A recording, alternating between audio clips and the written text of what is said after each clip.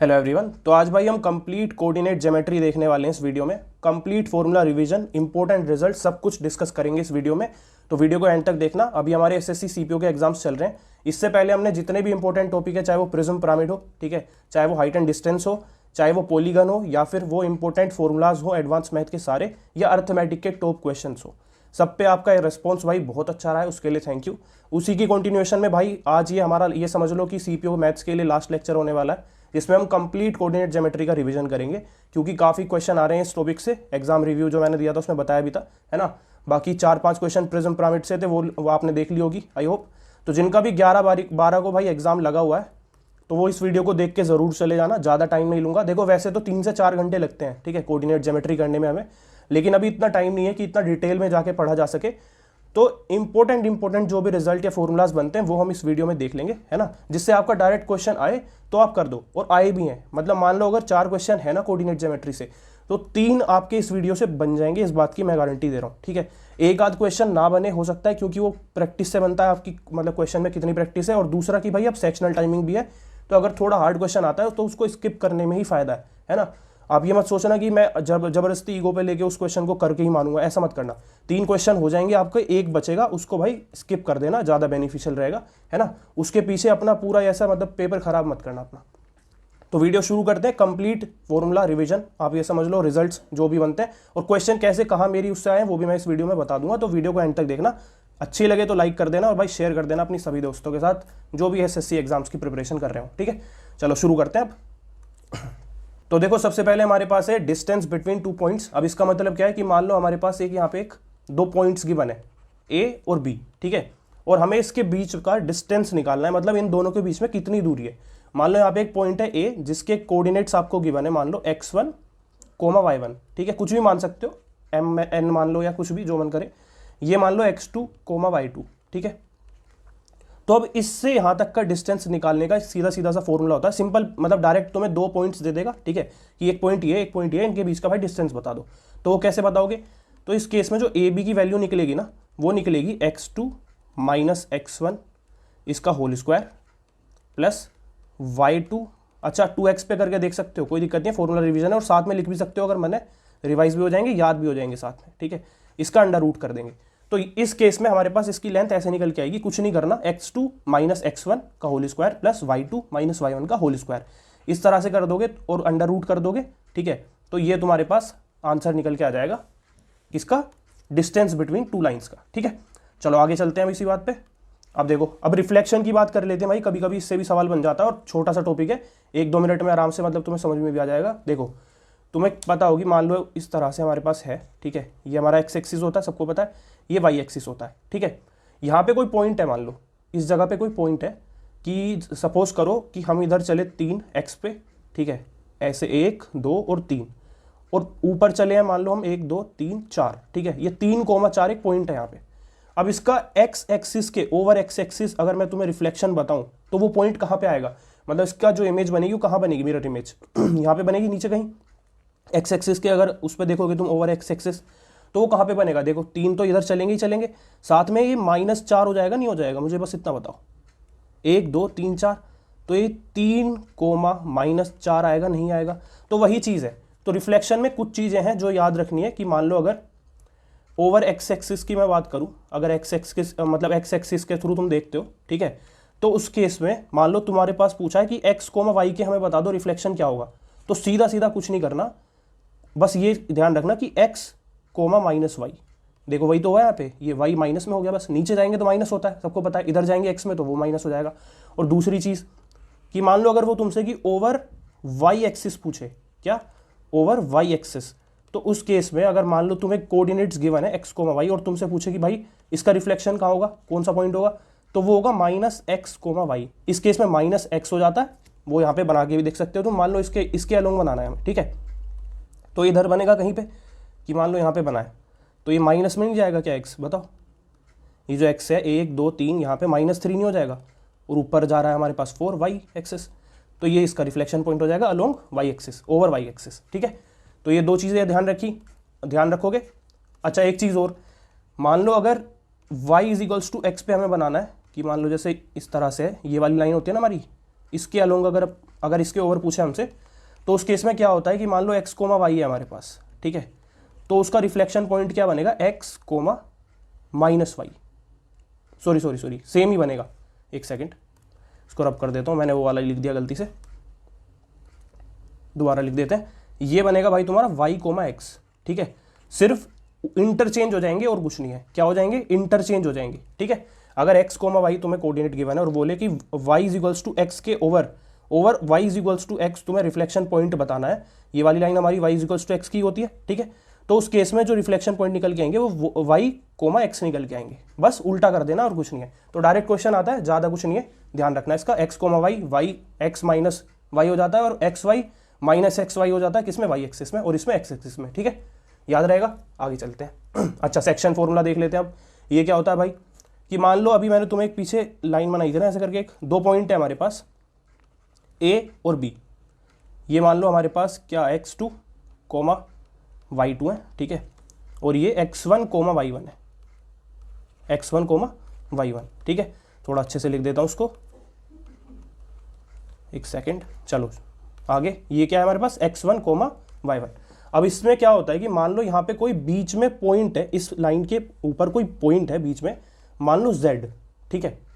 अब इसके तुमसे कोऑर्डिनेट पूछता है, वो क्या पूछेगा, इसके कोऑर्डिनेट बता दो मुझे। तो इस केस में तुम एक चीज़ देखो कि ये कुछ लेंथ यहाँ पे z के इधर और ये कुछ लेंथ इधर से इधर है, तो क्या मैं इसको m मान लूँ, m और n, ऐसा बोल सकते हैं कि ये m और n के रेशियो में डिवाइड है, बिल्कुल बोल सकते हैं, है ना।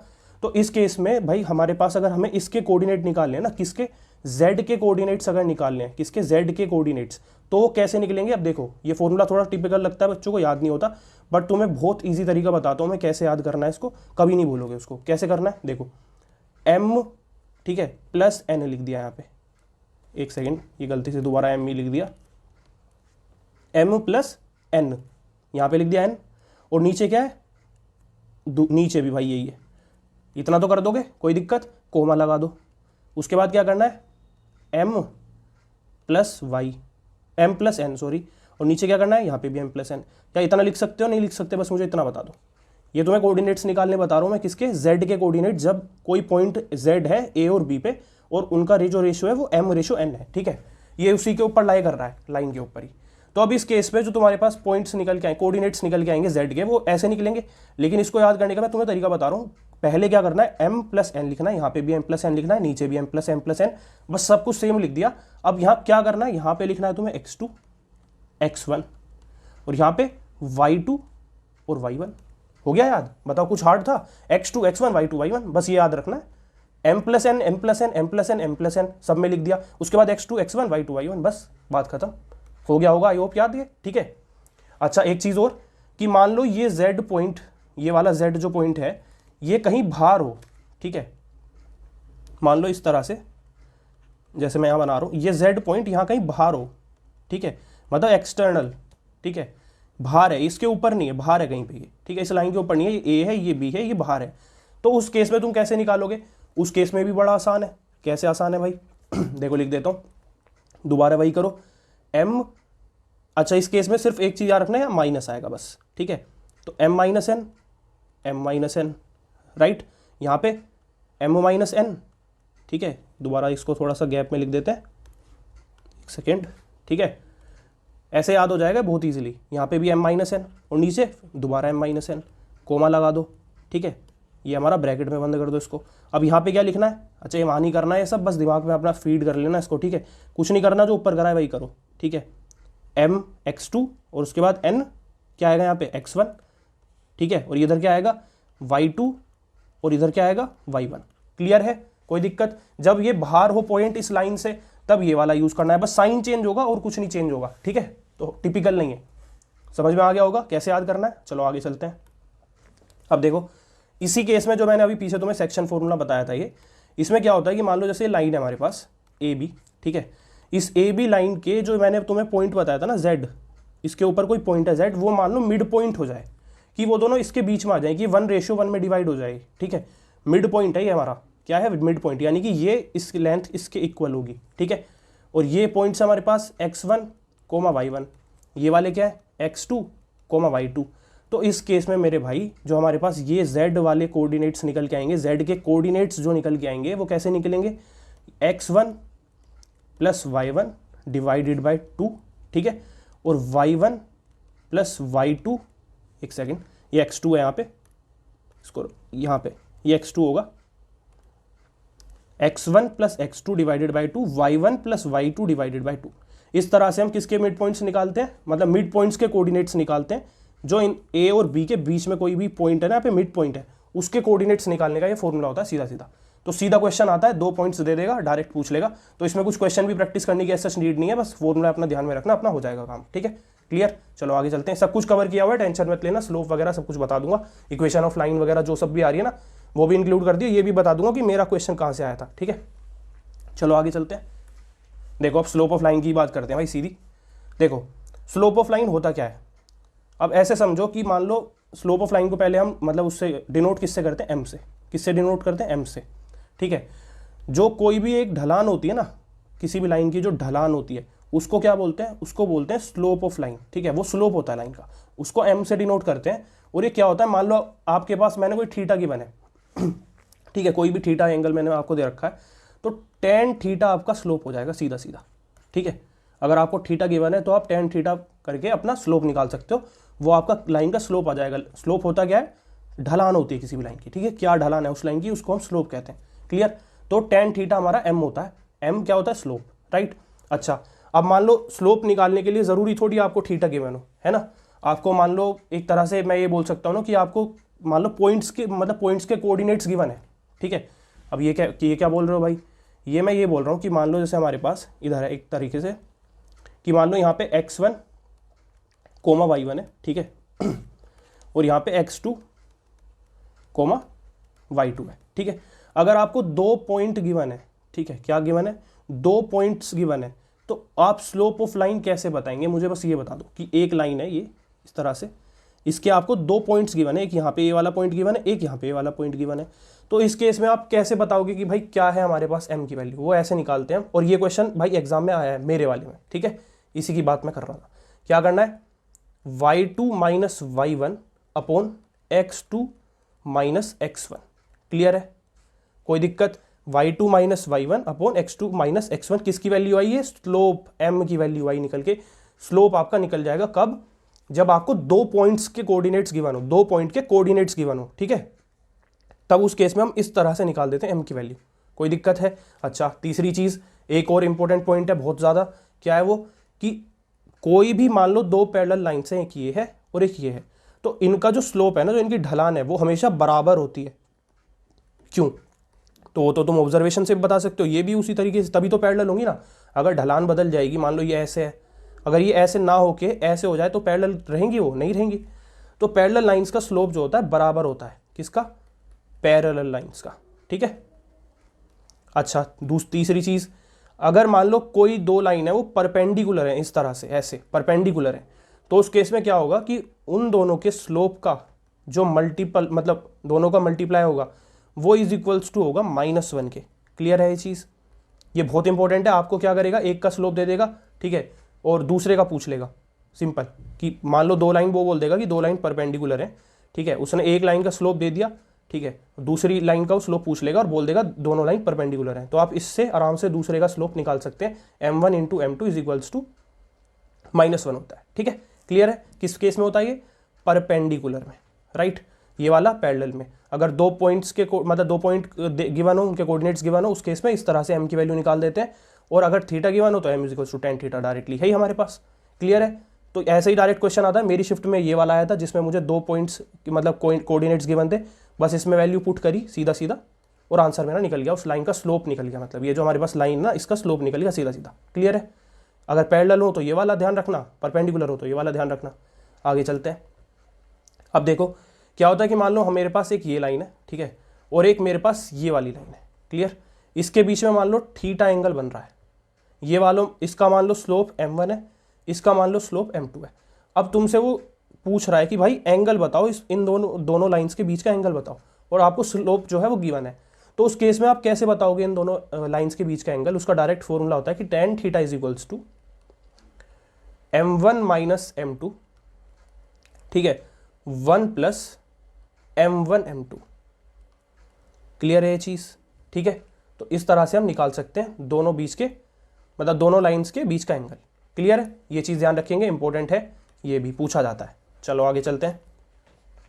अच्छा, ये वाला भी देखो भाई काफ़ी इंपॉर्टेंट है, आ जाता है तो बच्चे छोड़ के आते हैं, बट इसका एक बहुत ईजी तरीका बता देता हूँ मैं, कि मान लो जैसे हमारे पास एक ट्राइंगल है, ठीक है, ABC नाम दे लो, कोई दिक्कत नहीं है।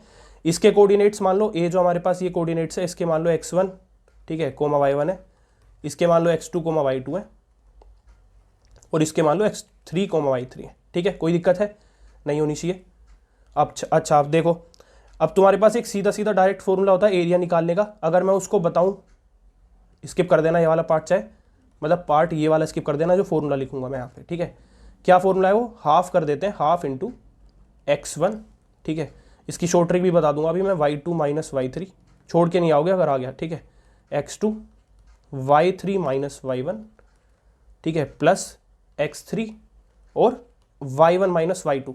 कोई याद नहीं कर रहा भाई इसको, मैंने खुद याद नहीं कर रखा ये। ठीक है, जरूरत भी नहीं है कुछ याद करने की इसको। हमें क्या करना है कि मान लो हमें कोऑर्डिनेट्स गिवन है, कोऑर्डिनेट्स गिवन है, ABC के कोऑर्डिनेट्स गिवन है। क्या गिवन है कि मान लो A के कोऑर्डिनेट्स हमें गिवन है -3 कोमा -1, ठीक है, और B के कोऑर्डिनेट्स मान लो हमें गिवन है 2 कोमा 5, राइट, और C के कोऑर्डिनेट्स मान लो हमें गिवन है कितने? C के कोऑर्डिनेट्स मान लेते हैं, क्या माने, 3 कोमा -2 मान लेते हैं। ठीक है, तो अब इस केस में तुम कैसे निकालोगे? मान लो तुम्हें ये दे दिए, एक ट्राइंगल है ABC, उसमें तुम्हें तीनों जो तुम्हारे पॉइंट्स हैं उनका तुम्हें ये दे दिया, कोऑर्डिनेट्स दे दिया। ठीक है, अब तुम उसके बेस पे ट्राइंगल का एरिया कैसे निकालोगे? या तो तुम डायरेक्ट इसमें वैल्यू पुट करो, जो तुम करोगे नहीं, तो तुम्हें क्या करना है कि किसी भी एक कोऑर्डिनेट को भाई जीरो कर लो। कैसे करोगे जीरो? क्या करना है, ये दिख रहा है ना -3 -1 है, क्या अगर मैं इसमें +3 +1 कर दूं तो ये जीरो हो जाएगा? तो तुम्हें ये चीज़ सब में करनी है। कैसे? यहाँ पे भी +3 +1 करना है, यहाँ पे भी +3 +1 करना है। ठीक है, तो यहाँ पे करके अब नीचे लिख दो कोऑर्डिनेट्स। ये तो 0 0 हो जाएंगे हमारे पास, ये तो बचे ही नहीं। इस केस में क्या होगा हमारे पास? ये बन जाएगा हमारे पास 5, उधर इधर क्या बन जाएगा? ये बन जाएगा हमारे पास 6। तो ये इसके हो गए 5,6। जो चीज़ यहाँ अप्लाई कर रहे हैं वही इधर करनी है, सिंपल। ठीक है, इसके क्या बन जाएंगे? देखो, ये बन जाएगा हमारे पास क्या? 6। ठीक है, और ये क्या बन जाएगा? ये बन जाएगा -1, राइट। अब तुम्हें क्या करना है मेरे भाई? सीधा एरिया निकालने के लिए क्लियरली तुम्हें करना है 5 × -1, मतलब ये जो बाहर वाले हैं ना, मतलब मैं ये कहना चाह रहा हूँ, ये हैं बाहर वाले, इनकी मल्टीप्लाई करो, और ये जो पास वाले इनकी मल्टीप्लाई करो। ठीक है, और लिख दो यहाँ पे, माइनस करना है बस। ठीक है, 5 × -1 -6 × 6 और डिवाइडेड बाय 2। तुम्हें और कुछ, और ये मोड में होगा, मॉड्यूलस में। ये क्या होता है कि कोई भी चीज़ है वो पॉजिटिव निकल के आएगी। ठीक है, नेगेटिव नहीं ले सकते। तो -5 -36 कितना आएगा? -41, मतलब +41 हो जाएगा बाहर आगे इससे, मॉड्यूलस से। तो वो हो जाएगा हमारे पास 20.5 आंसर, डिवाइड बाय 2 करेंगे जब। बात आ गई समझ में? कुछ नहीं करना, बाहर वालों की मल्टीप्लाई माइनस ये और डिवाइडेड बाय 2, ये हमारा एरिया निकल जाएगा। बस कोऑर्डिनेट को 0 बना लेना, इसकी जरूरत नहीं पड़ेगी। ठीक है, आगे चलते हैं। देखो ये क्या भाई? एंगल बिटवीन टू लाइन्स, ये तो हम कर चुके हैं ना शायद से, देख लेते हैं। एंगल बिटवीन टू लाइन्स, हाँ बिल्कुल कर चुके हैं, इसको छोड़ो। अच्छा, इक्वेशन देख लेते हैं अब सर्कल की और स्पेयर की। ठीक है, तो ये आ जाता है भाई, इसको थोड़ा सा ध्यान से देखेंगे, काफ़ी क्वेश्चन आए हुए हैं इससे। मतलब अब इसमें क्या होता है कि मान लो जैसे तुम्हारे पास एक सर्कल है, ठीक है, और सेंटर पे हमें मान लो A, B गिवन है पॉइंट्स, ओके, इसके मतलब कोऑर्डिनेट्स गिवन है। तो उस केस में जो सर्कल की इक्वेशन हमारे पास निकल के आती है ना, वो कैसे निकल के आती है? x - a का होल स्क्वायर।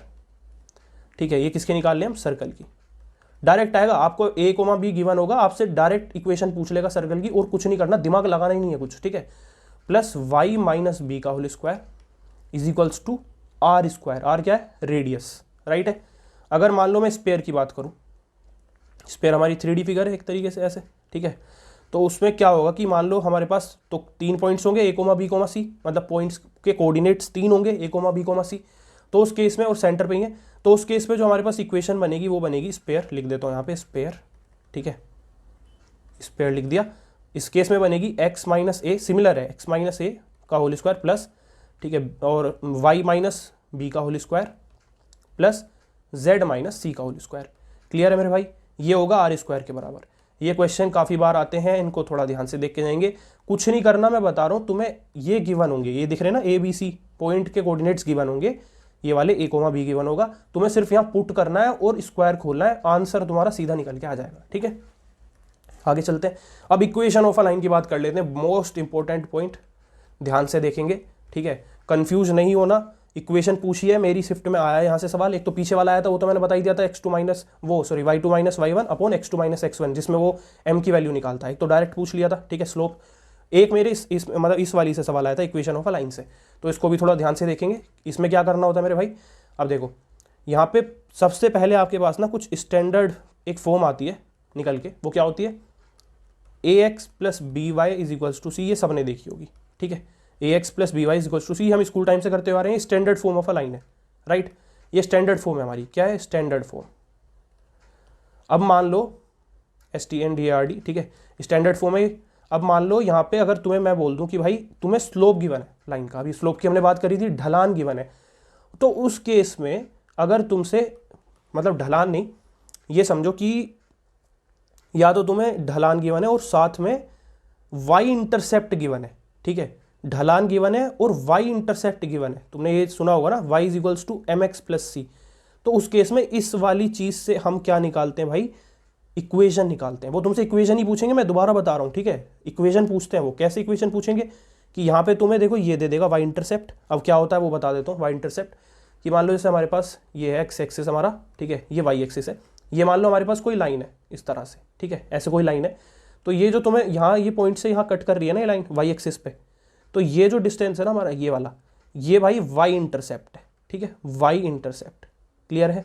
और यहाँ जो ये एक्स एक्सिस पे कट कर रहा है, ये वाला जो डिस्टेंस है ये एक्स इंटरसेप्ट है। बात आ गई समझ में, क्लियर है, समझ में आ गया ना। ये वाला डिस्टेंस एक्स इंटरसेप्ट है, जहाँ पे ये यहाँ पे कट कर रहा है एक्स एक्सिस को, और जहाँ पे वाई एक्सिस को कट कर रहा है उस यहाँ से डिस्टेंस कितना होगा, वो होगा वाई इंटरसेप्ट। ठीक है, तो ये सी जो हमारा होता है ना, ये वाई इंटरसेप्ट है। यहाँ पे क्या है, वाई इंटरसेप्ट।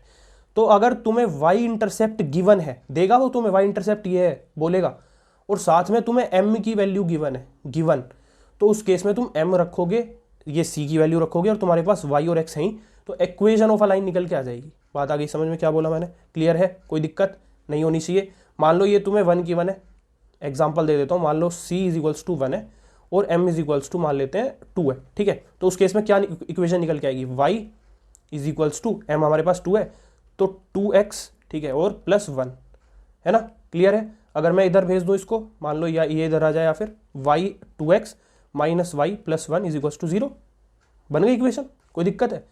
तो ऐसे देगा, या तो तुम्हें y इंटरसेप्ट दे देगा, स्लोप दे देगा, इक्वेशन पूछ लेगा, तो इससे निकाल देंगे। अच्छा, अगर मान लो तुम्हें एक पॉइंट के कोऑर्डिनेट्स गिवन हो, ठीक है, और साथ में स्लोप गिवन हो, इस बार y इंटरसेप्ट ना दे, वो तुम्हें y इंटरसेप्ट ना दे के तुम्हें उस लाइन पे कोई पॉइंट्स के कोऑर्डिनेट्स गिवन कर देगा। मान लो कोई लाइन है ऐसे करके, इस तरह से कोई लाइन है, ठीक है, उसका स्लोप दे देगा, उस लाइन का स्लोप दे देगा। स्लोप की बात कर ली मैंने, ढलान होता है, ठीक है, तो तुम्हें स्लोप गिवन है, तो स्लोप के साथ साथ अगर वो तुम्हें मेरे भाई पॉइंट दे दे कोई इस लाइन पे जिसके कोऑर्डिनेट्स x1, y1 होंगे, ठीक है, ये कोई लाइन है, इसके कोऑर्डिनेट्स x1, y1 है, एक इस पे पॉइंट दे दिया, मतलब उसके कोऑर्डिनेट x1, y1 है। कंफ्यूज नहीं होना, क्लियर कर रहा हूं मैं बार बार कि अगर स्लोप गिवन है, y इंटरसेप्ट गिवन है, तो ये वाला लगाना y is equals to x plus C, इससे इक्वेशन निकल के आ जाएगी। अच्छा, वो क्या करता है यहाँ पे ना, तुम्हें y की वैल्यू भी दे देगा और x की पूछ लेगा, तो वो चीज़ भी ध्यान रखना, मतलब इससे खेलता है वो, ठीक है, तो इसको ध्यान में रखेंगे। स्टैंडर्ड फॉर्म मैंने बताई दी है। अब क्या करता है कि तुम्हें एक लाइन है, उसका स्लोप गिवन है, उसके ऊपर एक पॉइंट है, उसके कोऑर्डिनेट्स गिवन है, ध्यान से सुन ली मेरी बात। तो उस केस में तुम्हारे पास एक इक्वेशन ऑफ अ लाइन, मतलब इक्वेशन तुम कैसे निकालोगे, एक हमारे पास निकल के आता है y minus y1 is equals to m into x minus x1। क्या मेरी शिफ्ट में इससे सवाल आया था भाई? नहीं, इससे ऊपर चल के लेवल पे एक सवाल आया था। क्या आया था वो? मुझे 2 पॉइंट्स के कोऑर्डिनेट्स गिवन थे, एक लाइन पे 2 पॉइंट है मेरे पास, ये ठीक है, इसके कोऑर्डिनेट्स गिवन है, ठीक है, तो मुझे उसके पूछे हुए थे, भाई साहब बताओ कि इसकी इक्वेशन क्या बनेगी, ठीक है। तो मैं ये फालतू में तो करवा नहीं रहा, बस ये पिक्चर क्लियर होनी चाहिए कि कब कौन सी मतलब इससे इक्वेशन बनेगी हमारी। जब हमें y इंटरसेप्ट और m गिवन हो तो इससे, जब हमें एक पॉइंट गिवन हो और m की वैल्यू गिवन हो तो इस वाले से, ये जो हमारे पास ये वाला है, ठीक है। अगर मान लो हमारे पास 2 पॉइंट की ही कोऑर्डिनेट्स गिवन हो तो उस केस में कैसे निकालते हैं? उस केस में हम इस वाली इक्वेशन में m की वैल्यू पुट कर देंगे, ठीक है, मतलब यहाँ पे इस वाली इक्वेशन में m की वैल्यू पुट कर देंगे। और m हमने निकालना इस वाली में नहीं, सॉरी इस वाली में, और m की वैल्यू हमने निकालना सीखा था x2 minus x1 upon y2 minus y1। सीखा था कि नहीं सीखा था? तो यही होगा y1 minus y1, y minus y1 is equals to y2 minus y1 upon x2 minus x1। देखो m की वैल्यू पुट कर रहा हूं मैं यहाँ पे बस, ठीक है, x2 माइनस x1, ठीक है। तो अब देखो यहाँ पे इससे मल्टीप्लाई किससे होगी, जो यहाँ पे ऊपर है ये c से होगी, x माइनस x1। तो क्लियर है? मैंने कितनी इक्वेशन बताई है तुम्हें लाइंस की? एक तो ये वाली बताई है, इसको स्टैंडर्ड फॉर्म बोलते हैं। इसको क्या बोलते हैं? इसको बोल सकते हैं स्लोप इंटरसेप्ट फॉर्म, कि इंटरसेप्ट गिवन है, स्लोप गिवन है, उससे निकाल ली इक्वेशन ऑफ लाइन, ठीक है। या फिर तुम्हें इसको क्या बोलते हैं, अच्छा एक और है हमारे पास, उसको इंटरसेप्ट फॉर्म बोलते हैं। क्या होगा वो? x upon A plus Y upon B is equals to 1। Clear है? इस केस में तुम्हें a और b गिवन होंगे। ये क्या है? ये इंटरसेप्ट है, दोनों इंटरसेप्ट तुम्हें गिवन होंगे, ठीक है। x वाला और y वाला, उनको पुट करना और इक्वेशन ऑफ लाइन निकाल लेना। क्लियर है ये चीज़? कंफ्यूज नहीं होना, मैं अगेन बता रहा हूँ। जब इंटरसेप्ट गिवन हो, स्लोप गिवन हो, ये वाला लगा देंगे। जब एक पॉइंट गिवन हो, स्लोप गिवन हो, तब ये वाला लगा देंगे, इसमें वैल्यू पुट कर देंगे। जब केवल 2 पॉइंट्स के कोऑर्डिनेट्स गिवन हो तो ये वाला लगा देंगे। और जब हमारे पास 2 इंटरसेप्ट गिवन हो तो उस केस में ये वाला लगा देंगे। इसको क्या बोलेंगे? इंटरसेप्ट फॉर्म, ठीक है। क्लियर है? अच्छे से एक्सप्लेन कर दिया, क्योंकि इसमें कंफ्यूज हो जाते हैं बच्चे कि कौन सा कब कहाँ अप्लाई होगा। तो तुम्हें कौन सी चीज़ गिवन है उसके ऊपर डिपेंड करता है, ठीक है। डायरेक्ट सवाल आया था मेरा इस शिफ्ट से आया, इस वाले से आया था मेरी शिफ्ट में, ठीक है। चलो अब देखो परपेंडिकुलर डिस्टेंस की बात कर लेते हैं, ये भी काफ़ी बार आ जाता है, ठीक है। इसमें मान लो कि तुम्हारे पास कोई पॉइंट है यहाँ पे, है ना, और पॉइंट से परपेंडिकुलर तुम्हें डिस्टेंस बताना है। कोई लाइन है इस तरह से कोई लाइन है, मान लो इस लाइन की इक्वेशन है तुम्हारे पास ax एक second, ax plus B Y plus C is equals to 0, ठीक है। तो इस केस में देखो यहाँ पे तुम्हारे पास x1 कोमा y1 ये पॉइंट मान लो, x1 कोमा y1 इसके कोऑर्डिनेट्स हैं। इसका तुमसे परपेंडिकुलर डिस्टेंस पूछेगा यहाँ से यहाँ तक का। तो उस केस में अच्छा ये वाला तुमने सुना होगा ना, जैसे मान लो ये सर्कल है, इस सर्कल से यहाँ से मान लो टेंजेंट पास हो रही है, और रेडियस यहाँ से तुमसे ये सेंटर पे यहाँ पे मतलब इसको करके और तुमसे पूछ ले कि भाई बताओ इसका डिस्टेंस क्या होगा, रेडियस बताओ, रेडियस की लेंथ क्या होगी। तो तुम्हें पता है यहाँ पे इस तरह से ये टच करता हुआ जा रहा है ना, परपेंडिकुलर डिस्टेंस होगा यहाँ पे 90 डिग्री पे ही कट करती है। तो यहाँ पे तुम्हें सेंटर के जो होते हैं वो गिवन होंगे पॉइंट्स, तो तुम आराम से निकाल सकते हो डिस्टेंस। बात आ गई समझ में? इस लाइन की तुम्हें इक्वेशन गिवन होगी जो इसको टच करते हुए जा रही है सर्कल को, जो 90 डिग्री का एंगल बना रही है, और जो सेंटर पे तुम्हारे मतलब पॉइंट्स गिवन होंगे, कोऑर्डिनेट्स गिवन होंगे, ठीक है। पॉइंट गिवन होगा, कोऑर्डिनेट्स गिवन होंगे उसके, तो उससे लेंथ निकाल लोगे, इसकी परपेंडिकुलर डिस्टेंस निकाल लोगे तो वही रेडियस की लेंथ निकल जाती है। यही सवाल आता है बार बार, ठीक है। तो कैसे निकालते हैं बताता हूँ। तुम्हें क्या करना है, डिस्टेंस निकालने के लिए, ये वाला हमारा डिस्टेंस डी है, ये निकालने के लिए तुम्हें क्या करना है, ax1 plus by1 plus C upon a square plus b square, ठीक है, अंडर रूट। ये तुम्हारे पास डिस्टेंस निकल के आ जाएगा। अब इसको याद कैसे करना है, देखो सिंपल है, इसकी मल्टीप्लाई इस वाले से करो, प्लस इसकी मल्टीप्लाई इस वाले से करो, प्लस ये, ठीक है। और नीचे क्या आना है, ये सबसे इंपॉर्टेंट पॉइंट है, इसमें बच्चे गलती कर देते हैं, वो x1 y1 को पुट कर देते हैं यहाँ पे। हमें ये वाले पॉइंट्स यहाँ पे मतलब ये वाली वैल्यू पुट करनी है a और b की इस जगह पे, ठीक है। तो ये चीज़ क्लियर होगी, है ना। चलो आगे चलते हैं। अच्छा 2 पैरेलल लाइन्स है मान लो, एक ये है और एक ये है, ठीक है। इस लाइन की इक्वेशन मान लेते हैं, कुछ भी मान लो, ये मतलब लाइन 1 है मान लो, a1x, ठीक है, plus b1y plus c1 is equals to 0। और लाइन 2 है ये मान लो, इसकी इक्वेशन मान लेते हैं हम a2x, ठीक है, plus b2y plus c2 is equals to 0। अब क्या होता है ना, वो तुमसे इसके बीच का डिस्टेंस पूछ लेगा, ये वाला डिस्टेंस d। तो वो कैसे निकालेंगे हम, उसको निकालने के लिए एक डायरेक्ट फॉर्मूला है कि c1 minus c2 upon under root a square plus b square, ठीक है। c1 और c2 क्या है, ये वाले जो है यहाँ पे, और a स्क्वायर b स्क्वायर ये वाले हैं इधर, ठीक है, a square plus b square, ठीक है। ये दोनों सेम ही होंगे। बात आ गई समझ में? कोई दिक्कत है? कोई दिक्कत नहीं होनी चाहिए। आगे चलते हैं। अब देखो ये वाला भी भाई काफ़ी बार आ जाता है, सेंट्रोइड का डायरेक्ट तुमसे पूछ लेगा कि मान लो यहाँ पे तुम्हें एक ट्राइंगल है, सेंट्रोइड पता है ना क्या होता है? सेंट्रोइड वो होता है जहाँ पे 3 मीडियंस कट कर रही हो ना एक जगह, एक ये मान लो मीडियन है इस जगह पे, मतलब मीडियंस क्या होती हैं, जो इक्वल पार्ट में, ये दोनों इक्वल हैं, ये दोनों लेंथ इक्वल होंगी, ये वाली इसकी इक्वल होगी, ठीक है। तो जो बीच में पॉइंट होता है इसको सेंट्रोइड बोलते हैं, जिसे जी से डिनोट करते हैं हम। सेंट्रोइड हो गया, ये मीडियंस हो गई ये सारी हमारी, ये ए मान लेते हैं, ये बी मान लेते हैं, ये सी मान लेते हैं। अब इसके हमें पॉइंट्स गिवन होंगे क्या, मान लो x1 कोमा y1, इसको मान लेते हैं x2 कोमा y2, ठीक है, इसको मान लेते हैं x3 कोमा y3। क्लियर है। तो अब हमारे पास इस g के जो पॉइंट निकल के आएंगे ना, हमारे पास कोऑर्डिनेट्स निकल के आएंगे, मतलब पॉइंट्स कह रहा हूं मैं बार बार, कोऑर्डिनेट्स जो निकल के आएंगे इस पॉइंट के, वो कैसे निकलेंगे, x1 plus x2 plus x3 divided by 3 comma y1 plus y2 plus y3 divided by 3। Clear है। ये डायरेक्ट फॉर्मूला है इसका कोऑर्डिनेट्स निकालने का इस पॉइंट के। चलो आगे चलते हैं। अच्छा, अब एक इंपॉर्टेंट चीज़, मतलब काफ़ी इंपॉर्टेंट है ये, इंपॉर्टेंट क्या, सबसे इंपॉर्टेंट यही है अब तक जो भी मैंने करवाया उनमें। देखो दो लाइन है मान लो, ठीक है, जैसे पीछे लिखा था मैंने a1x plus b1y plus c1 is equals to 0, ठीक है, a2x प्लस b2y है ना plus c2 is equals to 0 मान लेते हैं। तो अब इस केस में भाई क्या होता है, यहां पे अगर मान लो तुम्हें a1 अपॉन a2 इक्वल ना हो b1 अपॉन b2 के, मतलब ये रेशियो, इन दोनों का रेशियो इक्वल ना हो, a1 b मतलब a1 a2 और b1 b2 का रेशियो इक्वल ना हो, तो उस केस में मेरे भाई सिर्फ एक सोल्यूशन बनेगा। ठीक है, ध्यान रखना, ये एग्जैक्टली वन सोल्यूशन, ठीक है, एग्जैक्टली वन सोल्यूशन बनेगा और यूनिक होगा, वो यूनिक सोल्यूशन बनेगा। बात आ गई समझ में? क्यों, एक लाइन ऐसे कट करेगी, एक लाइन ऐसे कट करेगी, इस तरह से ये एक ही पॉइंट पे कट करेंगी यहाँ पे ये लाइंस। बात आ गई समझ में? एक पॉइंट पे लाइंस कट करेंगी, इसलिए यूनिक सोल्यूशन होगा और एक ही सोल्यूशन होगा। जब भी ये दो रेशियोज हमारे इक्वल ना हो तो समझ जाना इंटरसेक्टिंग लाइंस है। वो क्या है? इंटरसेक्टिंग लाइंस, जो एक दूसरे को कट करती हुई जा रही है, इंटरसेक्टिंग लाइंस। उस केस में एक सोल्यूशन बनेगा और जो यूनिक होगा। अच्छा, मान लो a1 upon a2 is equals to है b1 अपॉन b2 के, लेकिन अच्छा मान लो, चलो पहले यही बता देता हूँ, c1 c2 के भी इक्वल है। ठीक है, तो इस केस में जो हमारे पास बनेगी ना, वो को इंसिडेंट लाइंस बनेगी। क्या बनेगी? को इंसिडेंट क्या होती है पता है ना? को इंसिडेंट क्या होती है? जो एक दूसरे के ऊपर ऐसे लगी होती हैं, एक दूसरे के ऊपर है बिल्कुल इस तरह से। ठीक है, उन्हें बोलते हैं को इंसिडेंट लाइंस। हिंदी में देख लेना क्या कहते हैं। अच्छा, इस केस में क्या होगा? अब देखो भाई, एक दूसरे के ऊपर है तो सोल्यूशन तो इनफाइनाइट बन गए ना। एक दूसरे के ऊपर है, कितने सोल्यूशन बन जाएंगे सोच के देखो, तो इनफाइनाइट, ठीक है, सोल्यूशन बनेंगे इस केस में।